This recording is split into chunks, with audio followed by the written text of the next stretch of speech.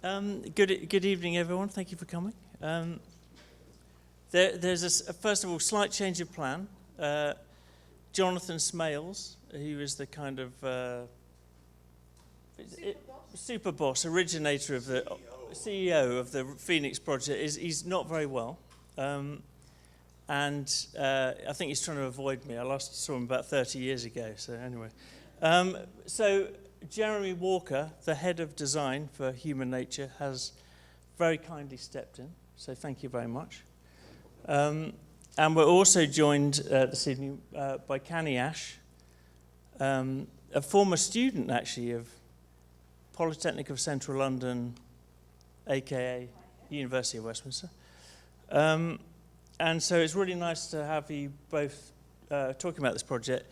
It's a very interesting and timely project because everyone's talking about the fact we should be building houses, but no one likes the look of what anyone's talking about building or the types of development. So I think this project, the Pheonix project, is being held up, or it suddenly is appearing at a time when a lot of stuff needs to happen, and actually this is a model for something which didn't necessarily attract a lot of local support because it's in Lewes in Sussex, but they've managed to get support because of the type of project it is. So former brownfield industrial site redeveloped into a regenerative, sustainable, going to solve all world problems kind of project. So no pressure on its own. So thank you very much for coming to talk to us this evening. Thanks so much, Will, for having us. My name's Cany Ash from Sakula Architects, and we're a small, agile, design-led practice, as they say. We're thrilled to have got planning for this project. It's in the South Downs National Park, and what we thought we'd do with you this evening is I'll go rabbiting on into the scribbles that started the project, and then Jeremy's going to zoom back out and show how this is actually a very ordered and exquisite set of principles. I'm only our practice is only one of 8 architects involved in building 700 homes on this site, and what's special about it is that it has an opportunity to maybe show that there's another way to doing house building than what is you see everywhere, which is, to be honest, has not changed in about 40 years since I was studying here. It's the same little silly shapes and gob-ons and lots of too much tarmac is a shorthand for what it feels like to live in these places. So I'm going to, I think I can just move the slides from here. This is, it's divided into a few sections. So just before COVID, back in 2019, Jonathan Smales of Human Nature, the developers, invited me and my partner down to lunch. And I think he did this with quite a lot of people. But we came back and did a back of an envelope design, which is, I'm going to show you now. So the red line of this, it's an absolutely beautiful town. If you can go to Lewes, it's an encyclopedia of different architectural periods and ingenuity. It's really, really special. It's got a river running through it, and at one time there was a railway running through this bit that's outlined, but it's an industrial estate, and I was a bit involved with the campaign to keep the industrial spaces for makers and creatives. And I think because Jonathan heard my name in that context but knew me from other contexts, it's always a triangulation when you find clients. It's like they've heard of you from more than one direction. So this was our scribble, and all of the yellow bits are makerspace and all sorts of social enterprise type spaces. And then you see there's sort of housing wrapping around it. But then over the top, you also get some housing.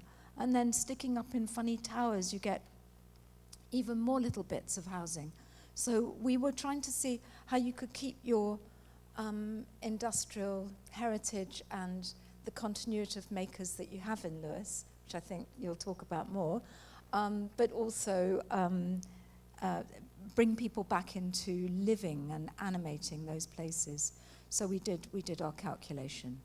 And it's worth just saying at this point, this is not a really obvious site, because in 2000, this is what it looked like. It was completely flooded, but one of the things that Jeremy will be showing you more of is that in order to develop this, it has to be partly a big engineering project. So it wants to be incredibly sort of wild and ambitious and regenerative, but there's also a lot of concrete involved.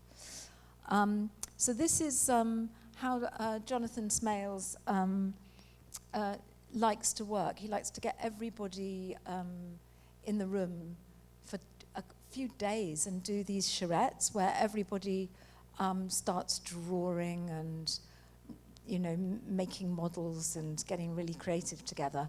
And then at the end he says, okay, you know, the music stopped, now you need to all do a master plan. And so what are the ideas behind your master plan? And I think we again probably took it a bit further. Here's the what we came up with. There's the site. I'm not going to go through this quite quickly.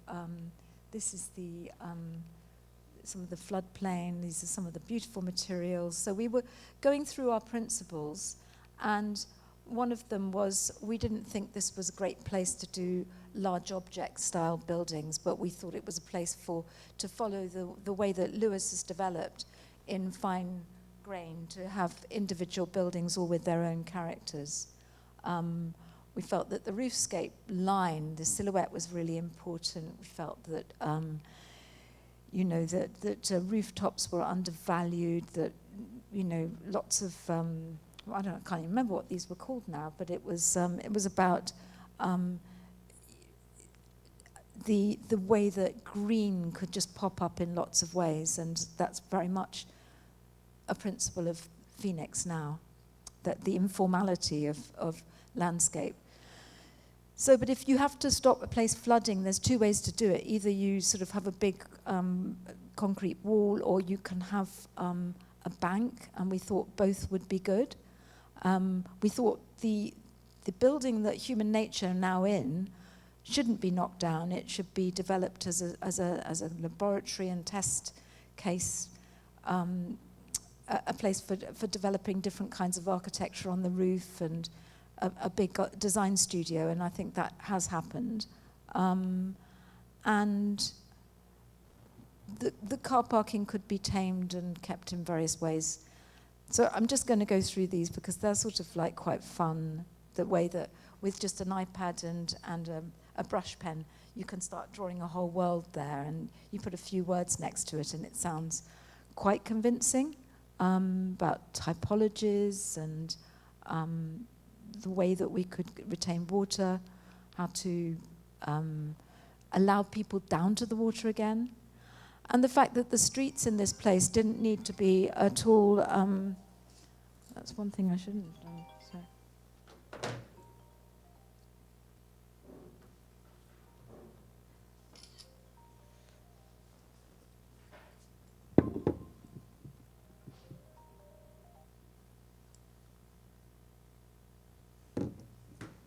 Sorry about that.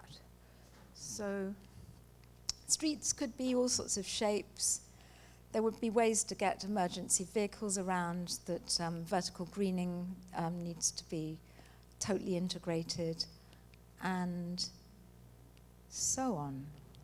So these were called first thoughts, and probably I should get to these suggestions, which we peppered over from those principles, the way that we described the what should happen there, in these sort of counting up the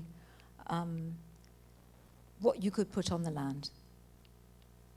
And then we came to a number, magically 700 homes, which was what was needed.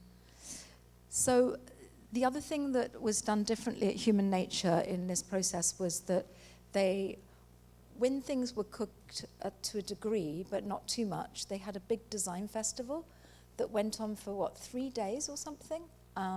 There were bands from morn till night, lots of cooking and eating and lectures about the future of the planet and materiality and the possibilities of the site in terms of, generating energy, and there were really interesting people there.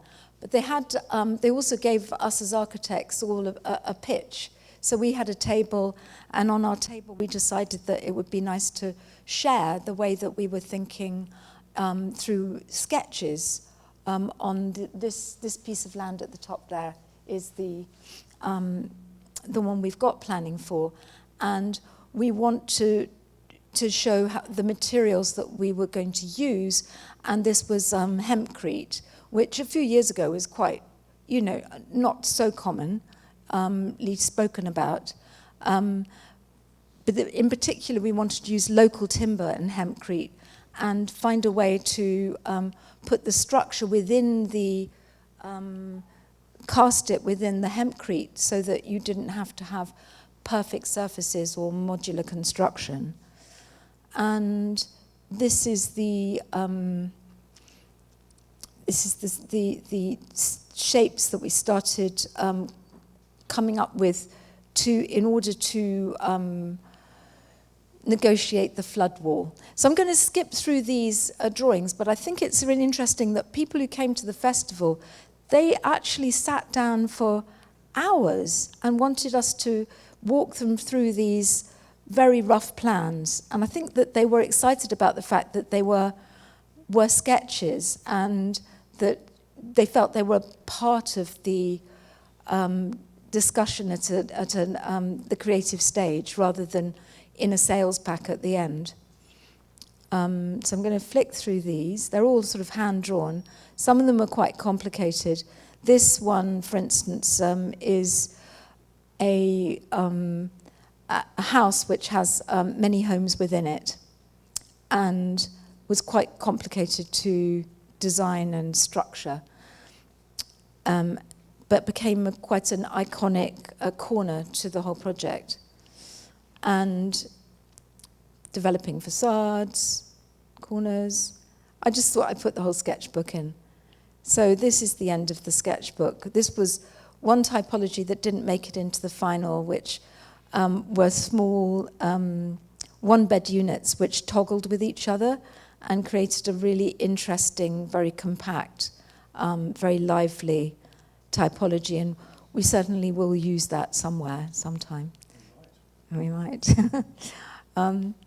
Okay, with the planning application, I'd just say that when we were designing, beyond the scribble stage, we had parameter plans and parameter sections within which we needed to work. But also we had to show that we were responding to the golden threads, they were calling them, and the design coding, which insisted on some things which were typical, but some things in Human Nature's design coding was kind of hilarious. They'd say, we need lots of cracked concrete so that the weeds can get through, and we need to have benches at different heights and all sorts of things which were aiming at a place which was not the typical housing estate with too much tarmac. So I just thought I'd show you these, the concept for this courtyard and the edges to the river and to the wilderness off to the left of this picture. We're responding to materials that were gathered on site and really thinking about deep time and how this landscape could speak of transition. So planners, they like everything to be described. So when it comes to sort of, asphalt with aggregates of various sizes and tinted, things done by the residents and things. It was all quite complex. Okay, this is the landscape drawn with the housing. And what Jeremy did was that he said, oh, it's all really nice. You guys have done a sort of very picturesque job, but I don't want all your typologies. I only want a few typologies. So we had to kind of start thinking about, say, these corners in the light green and darker green differently, so that they became like typologies. So they were corner blocks, but they were exactly the same building, but twisted round differently. And we had duplexes and we had townhouses. So we shrunk the number of variations, but we also had to keep everything very rectilinear, which was not how we had it before. We had, 5 degrees and 10 degrees. And we said, come on, Jeremy. I mean, we're in an age of incredible computing power. It doesn't really matter if it's a right angle. But apparently it does, because all sorts of other algorithms are based on, the costs there.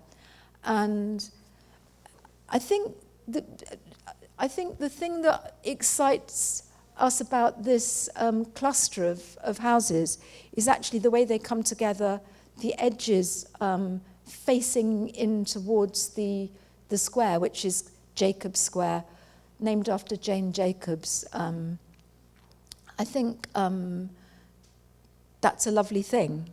I think that some people were saying in human nature, is that a bit obvious? But I don't think a lot of people know who Jane Jacobs is. And I think that now they might ask, who's Jacob? And then they'll learn about her. So she's a great urbanist in New York. And she thought that there should be a lot of understanding about conviviality on the street and how people talk to each other through looking at incidents and doing things together. So we had this area in the middle floods, and the area that you walk around is just about bench height above that flood zone. So it allows you to sit all around there on a bench. This is a bit of a close-up. These are some of the corners onto the river. Okay, I think I'm going to move through this quite quickly. That's the corner house that has all the different homes in it. And this is the view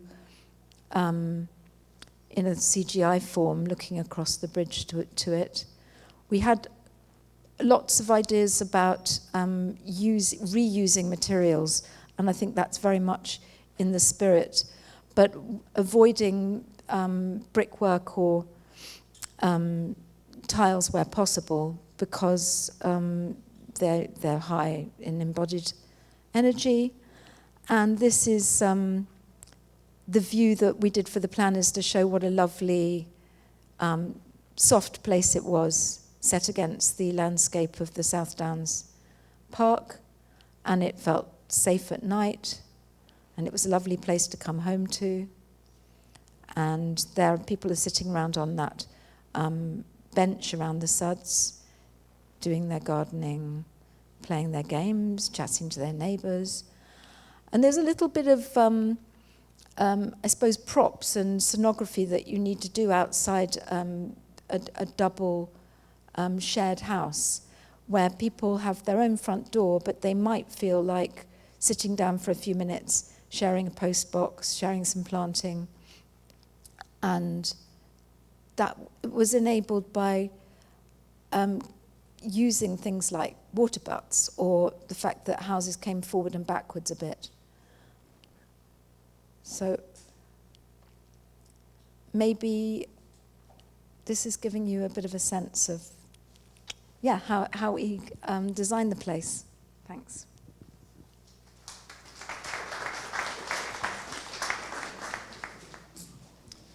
Thanks, Cany. I'm Jeremy Walker. I'm an architect, and I head up Human Nature's internal design team, and we work with lots of external architects and other consultants on the project. So I'm going to take you on a big zoom out. I'm not quite sure where the file is now, but Is it on your, do you know where it is? Can you bring it up? I'm going to talk about, this is the detail, this is the implementation, this is the result of a huge amount of thinking and change in philosophy of how we do housing in this country. Where does it all come from? Why are we doing this in the way that we're doing it? Why are we trying to make this change? We're developers, we're not actually trying to be developers, we're trying to be sustainability implementers. We're trying to create sustainable lifestyles, make it easier to live sustainably, to see sustainability as something which is not like giving stuff up, wearing a hair shirt, being purist. It's actually all about quality of life. It's abundance. We live on a really abundant planet. It's still abundant. We haven't quite destroyed it yet. We're working on that at the moment. But we believe we can live with abundance and ease, and we can make a much more straightforward way of being sustainable. And the only way we can really believe we can do that is through building new neighborhoods. Individual buildings can be highly sustainable in themselves, but if you don't address all the issues around the neighborhood, what we call place carbon, for example, you don't really actually achieve sustainability. You achieve a localized effect. So human nature was set up by two ex-members of Greenpeace to implement sustainability ideas. They'd been consultants to the construction industry for 25, 30 years and were a little bit frustrated with its slow progress in making any change. And so they had set up a development company called Human Nature. And so when this project, the site came up, the opportunity arose, money was raised, and the site bought. And in parallel to that, the organisation that I think Cany was involved with before even Human Nature, called Pheonix Rising, was a local community group who objected to the previous planning consent for 400 executive homes, totally unsustainable underground car park, no flood defences on the site. And there was a huge upswelling of public opinion. And so Pheonix Rising really persuaded Human Nature to take this project on board. But I want to go back to wider purposes. If you go to the one that's called UOW presentation, if it feels like it. Our purpose, as I say, is to create allow sustainability to address three crises we face at the moment. We face a global climate crisis, which I know you all are completely aware of. We face more specifically a housing crisis in this country, which is a complex thing to understand and solve. And we also face a number of social crises about how we live, how we perceive ourselves, and that's perhaps epitomised by things like the mental health crisis. So these are all things we're trying to address in our project.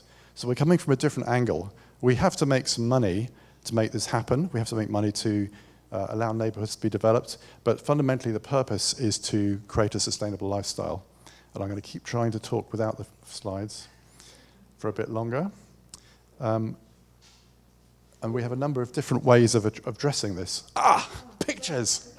Once I've got pictures, I'm okay. So I've talked about this. You can flick through. I can do this flicking business, can't I? Is there a clicker I can walk around with? No, there isn't, is there? No? Nope, okay. Let's see if that works. Which is the button that does the moving the thing on? Is it in slide mode? We'll get past this one. This one's rather depressing. Make it full screen. You know all this stuff you know about. We're just making it clear about why we're doing this. Only by addressing all these things can we make true sustainability work. So we're going to jump to another slide that's less depressing. So we need something called exponential sustainability, where we get lots of things to work together simultaneously to add up to a much more sustainable future. And sustainability can be carbon. That's a big part of what we're doing. But it's also about community wealth. It's also about sort of other aspects of sustainability, biodiversity. It's a huge number of different things that we feel we need to do. And so that's why we believe neighbourhoods can do this. As architects, as spatial practitioners in the audience, all of you, your best chance of having a really impactful effect is to think on neighbourhood scale, whether you're doing new or refurbishment. And of course, once you've built your neighbourhood, it then forms the context in which your whole life is determined. So that's the kind of Winston Churchill's. I didn't know it's him who said that, actually. So we are very much advocates of Jan Gehl and his principles. We design places, we design spaces between buildings, then we design buildings. What's going on in the spaces between buildings? That's what we consider first. We understand that in great detail. Then they use buildings to frame that. Buildings, of course, have their own inner purpose. sorry, a little difficult being at this angle. I can't read what it says, so I'm going to skip past it. So the only way of doing this, really, to explain this to people, is to demonstrate it by building something. And the Pheonix, we believe, will be a flagship of demonstrating how you can do things differently. Though, in fact, a lot of it looks like what we already know. None of this is really radical. A lot of it is learning lessons we've already knew, especially about urban design, which was probably perfected hundreds of years ago. So these are, in terms of sustainability, these are 12 levers, which I'll try and skip through quite quickly. You'll probably be familiar with all these concepts, but the key point about it is that they have to all be considered in the design of a neighbourhood and anything you do to make a sustainable future. You can't necessarily achieve all of them 100%. In fact, we generally adopt the 80-20 principle, is that if you've achieved something 80%, you should probably now move on to something else to make sure you're addressing that. You could do perfect passive house, and it's not good enough, frankly. You could do perfect net zero, it's actually not sustainable. You've got to address all these things and be less than perfect to be better, if that makes any kind of sense. If you're a perfectionist, you'll fail. You have to be a generalist. So we address, obviously, energy, in an infrastructure of energy, energy supply. Through our scheme, we are generating energy on-site and off-site. We're also addressing energy through efficient buildings and fabric. All these things will be familiar to you. Low carbon in use, low energy in use. The homes themselves will be very low carbon. We're trying to build with as much timber as possible and other bio-based materials like hemp. So that's a principle throughout the project. We do have to build flood wall around the site to prevent river flooding, and that will be predominantly constructed of steel with some concrete. We probably have to construct concrete foundations. Obviously, we're looking into low carbon concrete alternatives, but principally the main factor we look into is the regenerative aspects of the buildings themselves will be the fact that the buildings are constructed of biomaterials which will be carbon negative, and the idea is that will offset the other aspects of the building form, the building fabric. Though in fact there are other things which are much greater impact. There's a number of other things which you can see on there. Obviously biodiversity and bioregion is fundamental. We look at this in terms of sourcing materials from the bioregion. We're working with a lot of partners in terms of where we can supply new materials from regenerative materials. And the site itself, very much using the principles from Duncan Baker Brown of mining the Anthropocene. There's a lot of stuff around community wealth, building enterprise and stewardship. All of these things are very important. Also, public health and well-being and behaviour and culture are other levers we have to pull really strongly through the project. But actually, in terms of the impact on this particular project, if you're interested in carbon, which is not the only metric, as you can see, if you're interested in carbon, mobility actually has the biggest impact of anything. So you could build a wonderful sustainable project out in a greenfield site and you're driving to and fro, it would not be sustainable because the carbon impact over a 60-year period would be much greater. And I'll show you some slides on that later. So we're offering in this project a mobility offer so that you won't need to own a car, which will also reduce your cost of living. You'll be able to hire a car or a bicycle, have deliveries to your house. In London, this is more familiar.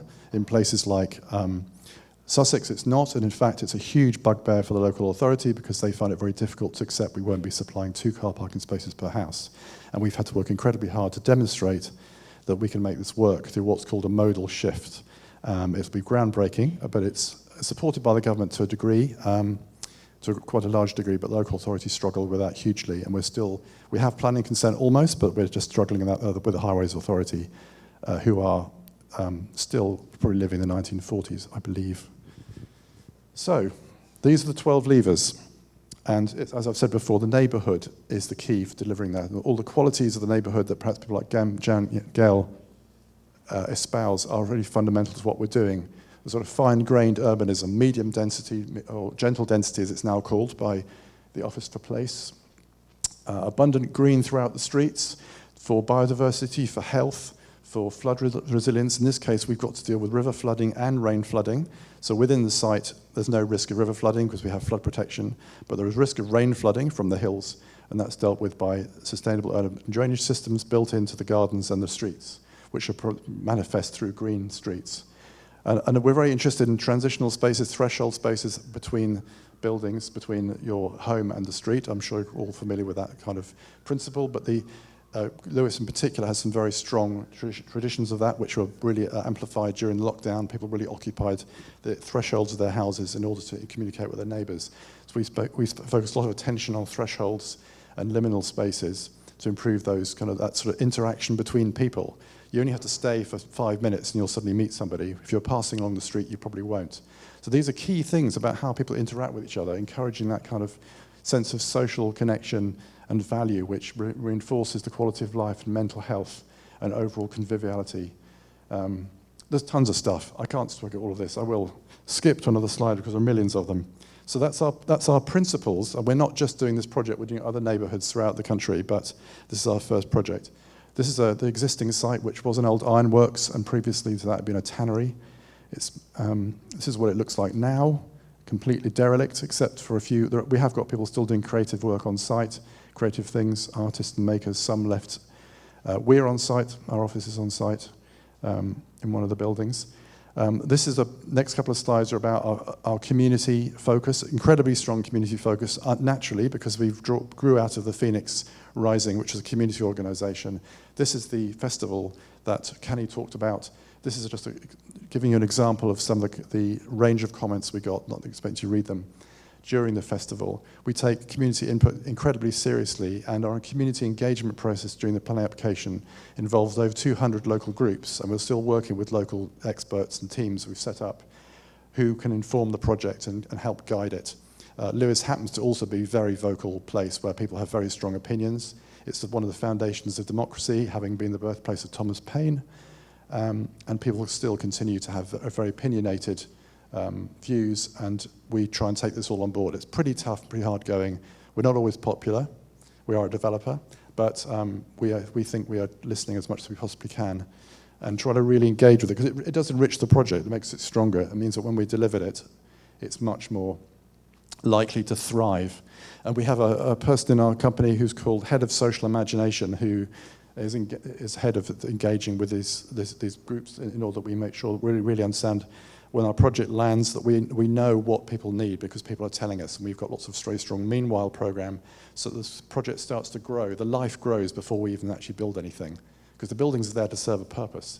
This is a diagram showing the consultations we did with various local groups up to the planning application, with 5 key steering groups in the middle, and how they interacted. I'll be testing it later. This is a diagram showing how our exponential sustainability wheel and then expands out into a social value and impact wheel, where we try and have a series of impact criteria which we apply, and different strategies which we're applying to the project throughout, from things like active travel, the co-mobility services I talked about before, having a better choice of housing. We're introducing a new form of low-cost housing, which is lower cost than normal affordable housing, which we've developed with the local authority. We're very much about joy, music, culture, people. This is what we're trying to drive the project. And we had to find ways of creating spaces in the project which are paid for by other elements. So these things we can give back to the community, cost money, and they all have to be, we have to work out how we can most effectively achieve them. We're also very interested in addressing food on the site, so we can integrate that into the project. We can't grow a lot of food on the site because of limited opportunities, but we're going to do as much as we possibly can. But we have got a food strategy, so we're integrating the thinking into the design. So for example, we might create market spaces for a new food market to allow a local producer to have a place to sell that's more amenable to their marketplace. We're working with local groups who are food charities, and putting freezers into our buildings so that we can store food, that when it becomes available surplus, to help with food banks. So we're trying to integrate these things together through social imagination, through growing local supply chains for food, construction materials, and repair, reuse and recycling services, trying to grow local businesses through giving them new premises, advice for startups, sharing equipment and knowledge, and creating new jobs on the site through green construction jobs and various new jobs in the local economy. So we're trying to really make this stuff that people just say actually work for us and work for the community. And the master plan is quite similar to what Cany showed you before. I'm trying to wrap this up with time for questions, in that we have the predominance of housing with a central central public realm, which still has housing over the top, with public facilities. We're trying to, largely it's new build project. It's an incredible site along the edge of this floodplain here, the river. It's about 1.7 kilometres long, and the flood wall goes all the way around the outside, and it will cost over £15 million to build. So it's quite a lot of money to spend before you can do anything else. And that will also benefit the town, as well as our site. And it also benefits the fire station, which is right in the middle of our site and currently floods, and they are in charge of flood rescue. So at the moment they're in a bit of a pickle when it floods. But it's a really interesting site. We've got one of the earliest Lidos here. We've got a nature reserve on this side. We've got a conservation area. We have a gyratory road built in the 60s which goes through the town. A lot of very challenging edges to deal with. The local authority are very supportive, the local council, but the planning authority are based 40 miles away and are a national park and find it more challenging because it's urban. They don't really like urban projects. This will be a 4 or 5 story gentle density scheme to achieve 685 new homes. And that's really fundamental to making it actually viable, both in terms of societal and economic viability, because it allows us to pay for all these wonderful public spaces, courtyard spaces inside buildings and the public realm spaces between buildings and some of these civic buildings, which will create the quality of place we're looking for. To do that, we've had to reduce the amount of parking. You can drive into the site, but you can't really park very easily. So the parking is focused in this building, which we call the co-mobility hub. So you arrive from the main road and park here and then walk to your house. And ideally, you don't need to own the car. You can park, you can get parking space if you want, but we're trying to persuade everybody that they really don't need to have a car outside the house. If we did do that, the whole place would have totally different quality. We have people in the town who said, we love what you're doing, but we don't quite believe the parking thing's going to work. And so if we don't do this, we don't understand that the fundamental thing we love about old cities and old towns is the fact they're not designed for motor vehicles, they're not designed to turn around bin lorries in them, is because they're not designed around traffic. We have to revert to buildings designed to create spaces for people. If we don't do that, you won't get the quality. So the only way of doing that is by having a completely different mobility approach in order to be able to restore the idea of a designing urban realm for people, fundamentally. So we're not banishing cars, we're just trying to readdress the balance between cars and people we currently have quite wrong. So this is very much inspired by all good urbanism, the work of many before us. This is a very complex diagram explaining all the key moves, which I won't go into. This is a timber model of focusing on the middle of the site, showing the principal buildings, principal public spaces. One of the things we're very focused on is, as you know, is public realms. So we did a lot of work inspired by Gordon Cullen with a wonderful artist that Cany uses, who did all these wonderful sketches. So we got stuck doing too many CGIs, which take far too long and are too specific. And I don't like them at all, actually. The sketches are much more fluid and suggestive, and you can do them very quickly and be very creative, and you don't spend all your time worrying about exactly which brick the CGI artists use. Sorry? Carlos.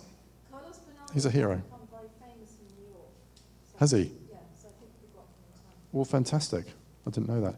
So he did wonderful sketches looking at a series of different journeys through the town to explain the townscape journey to the local authority, who were a little bit predicated on specific views. And these are just some drawings that our master planners Periscope did to show what the public realm might look like. One of the characteristics of Lewes is very narrow streets called Twittons, which are very, very intense and very convivial. This just shows that what our main street might look like with activated edges, green streets, suds, not too much parking. More of the same, really. I'm just whizzing through. This is another one of Carlos's wonderful drawings of a central square, which is the reclaimed industrial buildings that we are going to turn into a community canteen and makerspace. And we asked him to imagine what it might look like using some of the historic materials that are lying around the site as props and all the different activities that might take place. Obviously, I don't think quite all these would happen simultaneously, but it gives you a flavour of the kind of passion and ambition that we have for it. And this is another sketch he did for the courtyards. We call them Gale blocks, after Jan Gale. These 4 and 5 story courtyard blocks where there'll be a public shared space, and then these threshold spaces at the edges, which are not unlike the ones that Cany has used in her project on the north part of the site, to really create a sense of human scale activity. You'll see what we have in this particular is we can't actually have bedrooms on the ground floor because it's in a floodplain, despite the protection. So we have duplexes, which bring the scale down to more human two-story, and on top we have flats and penthouse apartments. So a variety of different tenures mixed together, which we're trying to achieve, which is pretty challenging because the way buildings are funded, it's quite difficult to mix these tenures together for the funders to swallow, as it were. But we're working on that. But we think it's very important for the enrichment of public life that these things are mixed together. This is a slide of Cany's work. It's a wonderful project. This is the first parcel we did in detail. All the rest is really just a master plan outline. We did one to demonstrate how the design code translates into a real building, because the local authority weren't really used to this idea. They don't do many projects of this scale. And I think, to go back to Cany's comment about, we were really seeking to get the balance right between order and variety. To build these economically, we have to have some standardization, but we want to see how far we can use standardization while simultaneously introducing variety. And it's a really interesting calibration of how much you have of each.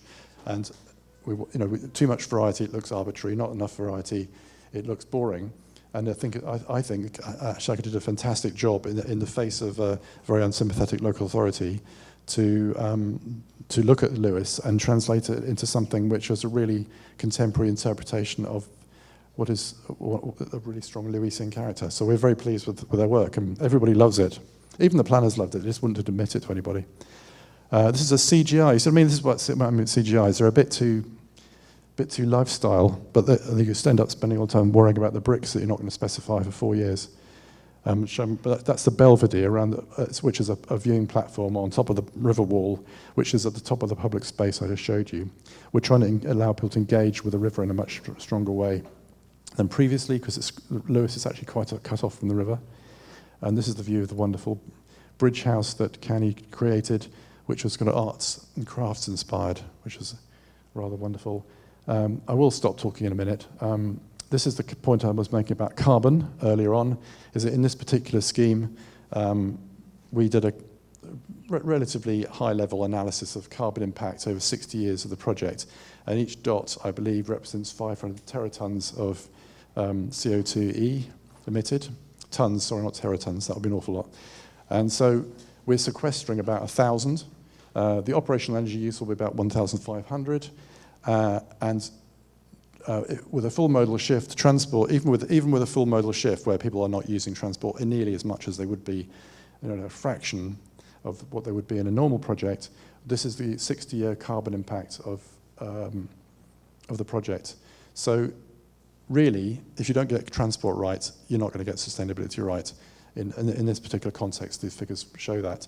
And the typical modal shifts, that even best practice now, it would be like that. So you can imagine what people are actually doing, what Barrett are doing is probably somewhere up there. So we have to do really unglamorous things like think about cars and parking, because if we don't get it right, the rest is a waste of time. So here's our co-mobility services showing the mixture of different things on offer in this hub building on the edge. As I've said, it's a kind of integrated service. Part of our approach to cost of living, we believe, is to reduce the cost of living apart from just affordable houses. It's actually that you don't need to have such big running costs, and also you don't need to hire a car, own a car. Green construction, we've done a lot of detail work, and now you get to see something else. I should just stop in a minute. I think I should just stop. That's it. This goes on forever. This goes on forever and ever. I'll stop there, because I'm sure you've got lots of questions.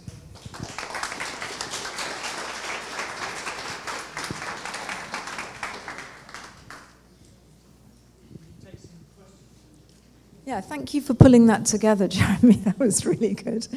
Has anybody got any questions about the process or?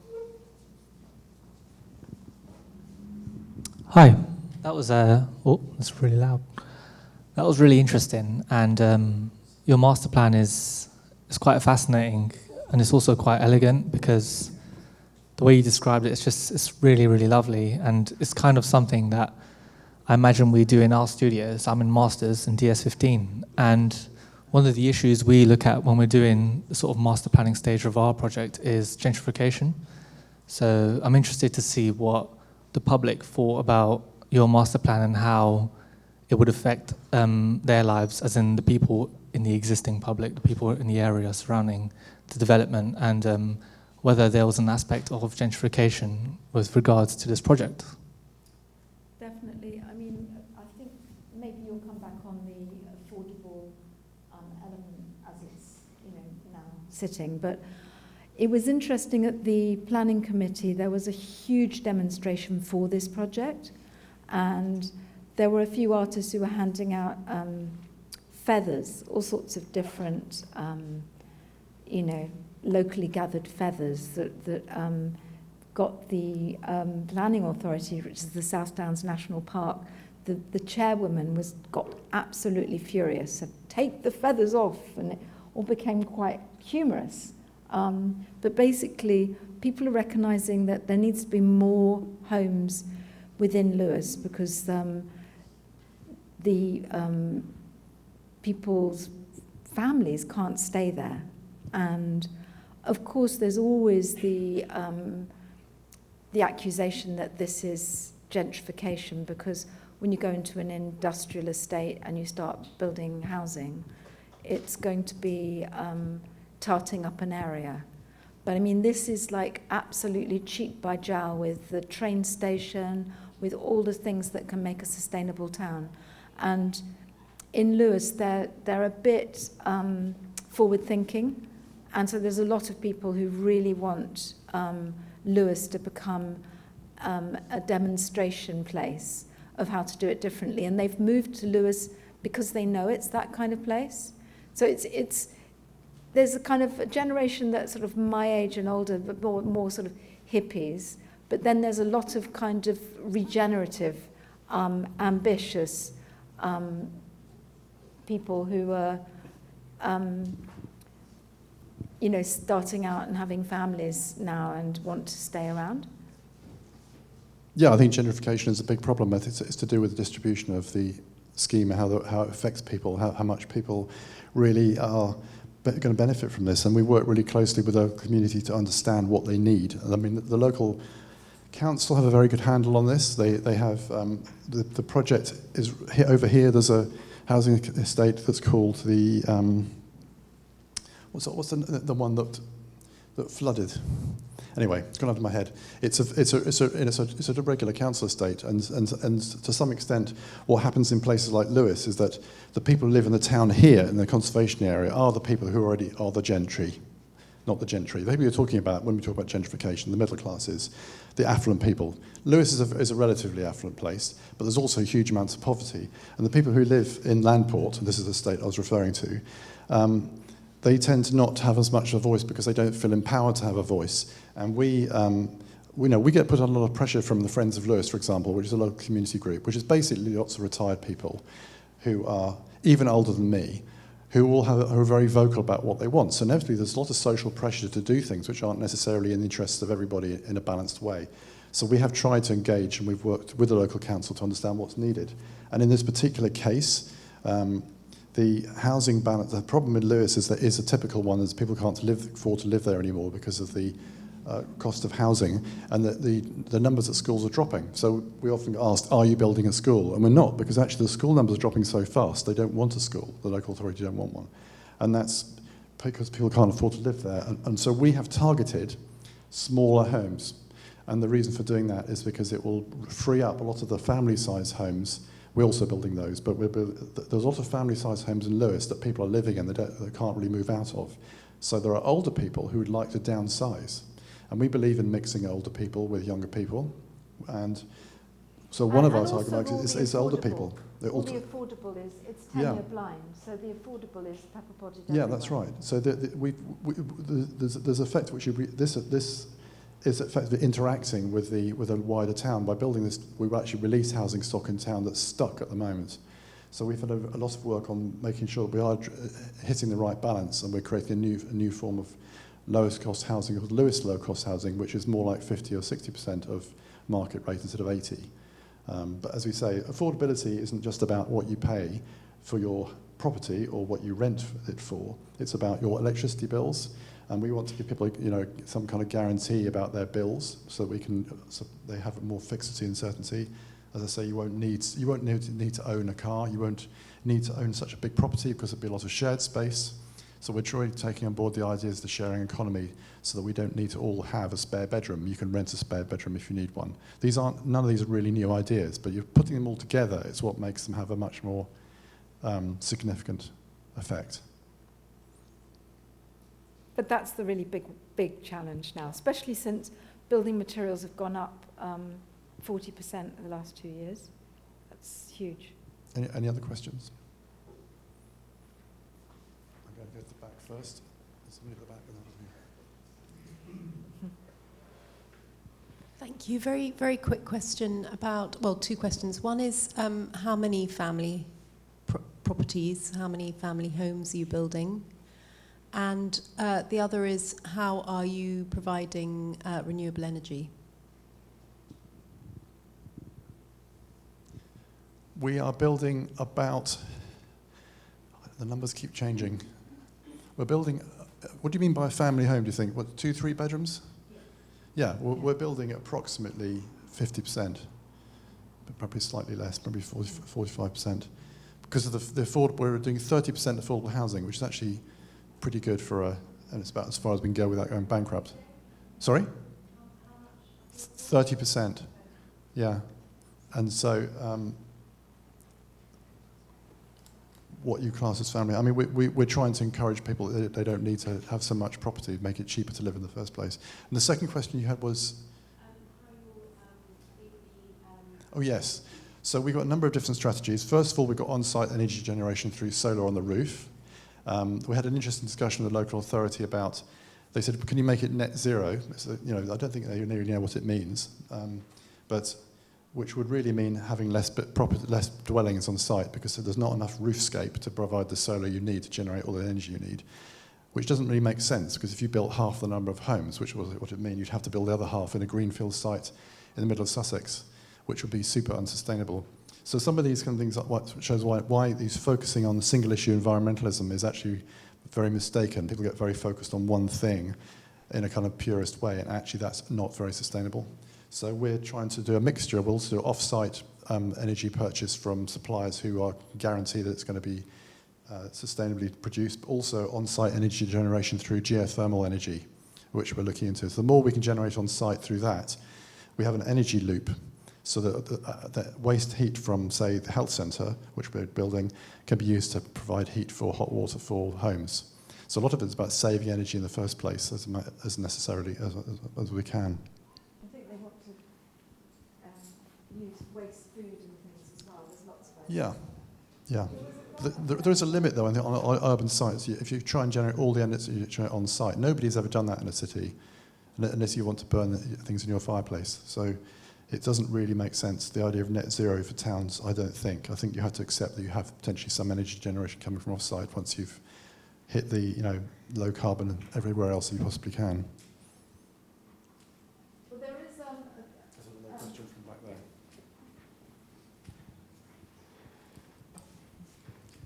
there. Thank you. My question kind of has to do with I was quite interested in what you were talking about with the flood protection. And I was wondering if you were using like dams or anything similar as type of flood protection, because I know dams, you can also do like electricity generation through it, which potentially could be, because it's quite a sustainable way of doing energy creation. I was wondering if you had that in your master plan or not, or what type of flood protections you were using. We have looked at using the river as energy generation, more for heat pumps actually, because the use of because of the flood risk, we're not allowed to impede the flow of the river in any way, so we can't use the flow of the river, and we can't create a hydroelectric dam in this location. There wouldn't be enough energy there to do it. I think potentially there is a heat pump solution which might be able to use flowing water. Not yet. We haven't yet come across one that's going to work for us. Your other question was what form of flood protection? Essentially, it's a big wall around the outside of the building, and we have floodgates which have to be shut, and we're putting in some temporary flood protection for parts of the town down here where the houses currently get flooded along here, and we're putting in a flood protection that will be put in when it's about to flood. It has to be erected because it can't be there all the time for various reasons. So the interesting thing about building the flood wall around the edge is often that can make the space behind quite miserable. So we set all the levels so that there was the balustrade height that you would need anyway to stop falling into the river was also the top of the flood wall. So our buildings are set to that. That's the premise. That's where we start. And it makes the whole thing work so that in one unit on the tip, that thing what we're calling the bridge house, you can go up just half a flight and then you can have a bedroom. So everything is like calculated to the millimetre about where the floodplain is, where the top of the flood wall is, and that was debated a lot early days. It's hugely challenging, the flood wall. We're building a lot of buildings along the river's edge into the flood wall, and that's quite complicated, as you can imagine. And as Kenny says, we're trying to explore the relationships between these different elements so that to get the quality of connection between this new public. What I didn't mention, we're creating a new river walkway all the way along the river's edge. And we want to make sure that becomes part of the public realm as well, and people can have the right degree of privacy and connection between those two things, and that's what Kenny was exploring. So either you walk on top of the flood wall, or there's a kind of medieval thing where there's a huge heavy iron gate that opens, and then you can, get onto your canoe and look and dip your toe in the river and things. But, when the flood, time comes, it's all, batten down the hatches and close it up. So. Any more questions? No, we had to do very complex flood calculations to make sure that it doesn't impact on anyone else. This is the whole point, is that our engineers have done a huge amount of work to demonstrate that the impact on, say, the estate up the way is only 2 millimetres or whatever it is, because without that we wouldn't be allowed to do it. So the design of the flood wall isn't just putting a wall around the outside. There's a huge amount of flood capacity calculations, and then we also look at things that impact on biodiversity as a consequence, because of course there's an impact from creating a new flood wall. So we have to balance that out with new biodiverse stuff. I think what you're doing is great. I have a question. So you say that you're building this on a grey site, and I think Labour's new government's plan is to build more housing on grey sites. What are the experiences that you've had with the council? I mean, I've heard from someone who works with that council that it's horrible, but what are the experiences, and what do you think that councils should be doing to allow for more construction like this in the future? Well, I think that there is a balance to be struck also with, respecting the fact that people need jobs as well. And a lot of grey sites are actually employment sites. So what we need to be doing is mixing it up, building above sheds, building at a finer grain, generally, and doubling the density of every housing site. We've got a campaign at the moment called profitableneighbourhoods.co.uk, if you fancy looking it up, and it's all about doubling the density, because at the moment it's like horrific. Like the government is supporting housing of any ilk, pretty much, and it's been built at a density of on the average is 32 homes a hectare, and really we need to be building more like at 200 homes a hectare. So there's a huge problem there, particularly with what Jeremy was saying about we need to get closer together so that the people don't need to feel isolated, lose their form of employment. Like a lot of, particularly women, lose their careers basically because they get absolutely planted in the wrong place, 3 roundabouts from the nearest pint of milk. Then they've got the rest, they've got to look forward to 20 years of driving their kids around if they're lucky enough to have a car. And we're just all of these things are just avoidable. So I guess we're hoping... That's a really good point. I mean, I think the density question is a really good point, because I think it is historically in this country people have thought the lower density the better, but it makes the places worse generally, and it depends how you design them. But I think the density isn't just about developers making money, it's actually about the quality of place and making it viable to have shops, to have schools, to have bus services. And in the first place, building these sort of suburban neighbourhoods, you are putting down onto tarmac, and that costs a lot of money. And so none of this is really adding up to a very good solution. I'd also want to make a point about what you call greyfield sites, as I understand it. This is a newish term, isn't it? So I don't think anybody knows what it really means. This is not a greyfield site. This is a brownfield site. And by that, I mean the greyfield site, as I understand it, is the government is trying to say that in the greenfield there are some sites which are not actually that great and you could develop, which is a good point. But the danger of saying that is that that doesn't necessarily mean those sites. So let's say an old petrol station in the green belt might sound like a good thing to develop on, but is it in the right place?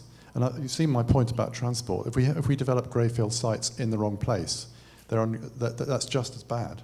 So we do have to pick our sites. This is actually quite well integrated into the town. This is such an exciting project, mainly because just here where it says confidential, that's the high street.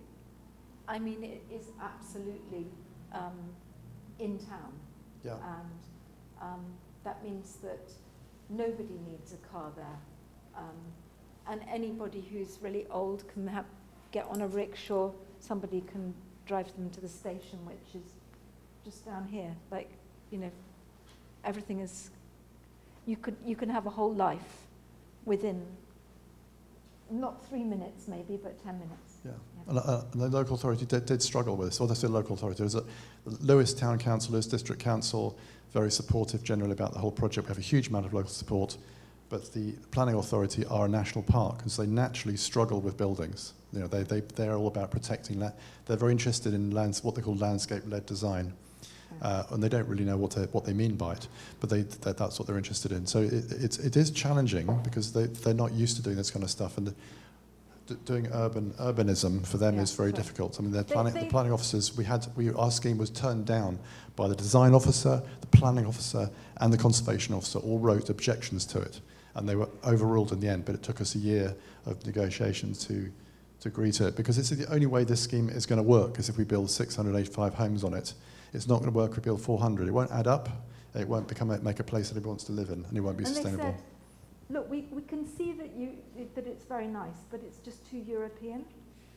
That's what they said. Yes. We thought that was a compliment initially. Quite good things happen in Europe, you know. So yeah, any more questions? Do you need a microphone? Yeah, I've just got a couple of... Yeah, one, I think the river, definitely water source, heat pump. When they opened the festival hall in 1951, it was entirely heated and cooled by a water source heat pump in the Thames, and for some reason, known to whoever, it is no longer that. But anyway, that's... But the method you show, the sort of methodology of it's almost quite scientific in terms of the way you're trying to get the right balance and make sure that the thing works sustainably, which makes a lot of sense. But what do you do if you're kind of interested in sort of antisocial behaviour or something? I mean, do you go somewhere else, or I mean, I know you can't design for it, but you can't imagine that everyone is always going to be living in this in an architectural diagram. So I just wonder, a difficult question for you representing a developer, if you like, but what happens when things go a bit kind of squiffy or something and someone wants to behave badly? I think that's fine. Okay. I mean, that's just life. I don't get your question, sorry. I mean, like, there can be antisocial behaviour anywhere. And the point is if you create a place where more people can be involved in growing a bit of food, making a few things with their neighbours, then people call that out before it becomes a deal. Yeah. And it's not like everybody's going to be interviewed before they move in to find out if they're nice enough to live in our perfect world. It's more that by bringing window-to-window distances closer together, by creating a landscape which is clearly has small areas of ownership close to a front door, but which rapidly becomes more of a shared landscape. That I don't know how many people would feel comfortable, shooting up in the middle of. No, I'm not. I'm not suggesting you make a spot for that. I suppose I'm thinking about the mixture of activities. So if there is still making going on there, if there is still, are there shops, are there places to go and have a drink, or is it because, I suppose because you're showing the place, we don't understand it in its context. Mostly the eateries, if you like. There's going to be a small hotel. Yeah. And some of the kind of like welding and stuff might happen there, but it might also happen down here in the second. But we were desperate to have a little shop or something, but by the time we'd done the bicycles and the bins, we ended up with a space about so big. But it's still big enough for people to come and have a little homework club or plan what they're going to do in an event in the square. So I think thinking at a very small scale is probably the answer to allowing people to all express themselves and make a neighbourhood in their image. But when it works, it works. When it doesn't work, it doesn't work. People find collectively an expression for an area, I think. And that's probably built already a little bit, I would say, through the design festival that happened. People were just so enthusiastic about the fact that there was music, live music, a lot of it. So all the bands were playing who'd ever played in Lewes, I think. And there's a guy there who is quite, locally famous